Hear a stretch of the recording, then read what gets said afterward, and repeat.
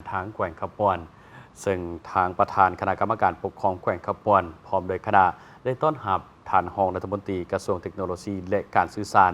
ในโอกาสที่ลงไปเยี่ยมจามเคลื่อนไหวเวียกงานจัดกองประชุมปรึกษาหารือเกี่ยวกับเวียกงานการก้าเกี่ยมบุคลากรและการนำใช้ระบบบริหารรัฐเพื่อเป็นดิจิตอลของแขวงปริญญาเอกสมสะอาดอุนซีดาประธานคณะกรรมการปกครองแขวงขมวนได้ต้อนรับการเข้าพบปะของท่านแก้ววิสุขโสลพมรองรัฐมนตรีกระทรวงเทคโนโลยีและการสื่อสารในโอกาสที่ลงมาเคลื่อนไหว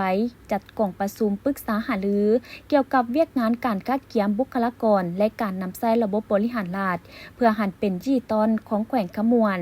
ซึ่งในนั้นแม้นจะได้ค้นคว้าบรรดากลไกการกำหนดทิศทางและแผนการในการจัดตั้งปฏิบัติแผนยุทธศาสตร์นโยบายและนิติกรรมเพื่อสุกยูขบวนการหันเป็นดิจิตอลของสาธารณรัฐประชาธิปไตยปราศจากลาวก็คือแขวงขมวนโดยติดพันกับการพัฒนารัฐบาลดิจิตอลเศรษฐกิจดิจิตอลและสังคมดิจิตอลเพื่อสร้างเงื่อนไขอำนวยความสะดวกให้แก่การหันเป็นดิจิตอลของแขวงขมวน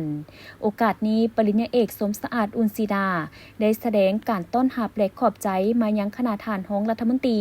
ที่ได้ลงมาเคลื่อนไหวเฮ็ดเวียกอยู่แขวงขมวนในครั้งนี้ซึ่งระยะผ่านมาการนำแขวงขมวนก็ได้ให้ความสำคัญต่อเวียกงานดังกล่าวโดยเฉพาะการหันเป็นเวียกงานดิจิตอลเข้าในการเก็บรายรับอยู่บรรดาด้านสากลและการเก็บอากรอยู่บรรดาหัวหน่วยธุรกิจภายในแขวงซึ่งเฮ็ดให้การเก็บรายรับของแขวงมีการร่วมศูนย์สามารถกวดกาได้เฮ็ดให้รายรับของแขวงเพิ่มขึ้นและเฮ็ดให้มีความสะดวกในการคุ้มครองทางด้านรายรับรายจ่ายพร้อมนี้ยังได้เสนอต่อกระทรวงเทคโนโลยีและการสื่อสารช่วยสุกยูสร้างความเข้มแข็งด้านบุคลากรอยู่ขั้นท้องถิ่นส่วนการนำของแขวงแม่นพร้อมจะให้การร่วมมือและสนับสนุนในด้านต่างๆเพื่อเฮ็ดให้เวียกงานดังกล่าวได้รับการพัฒนา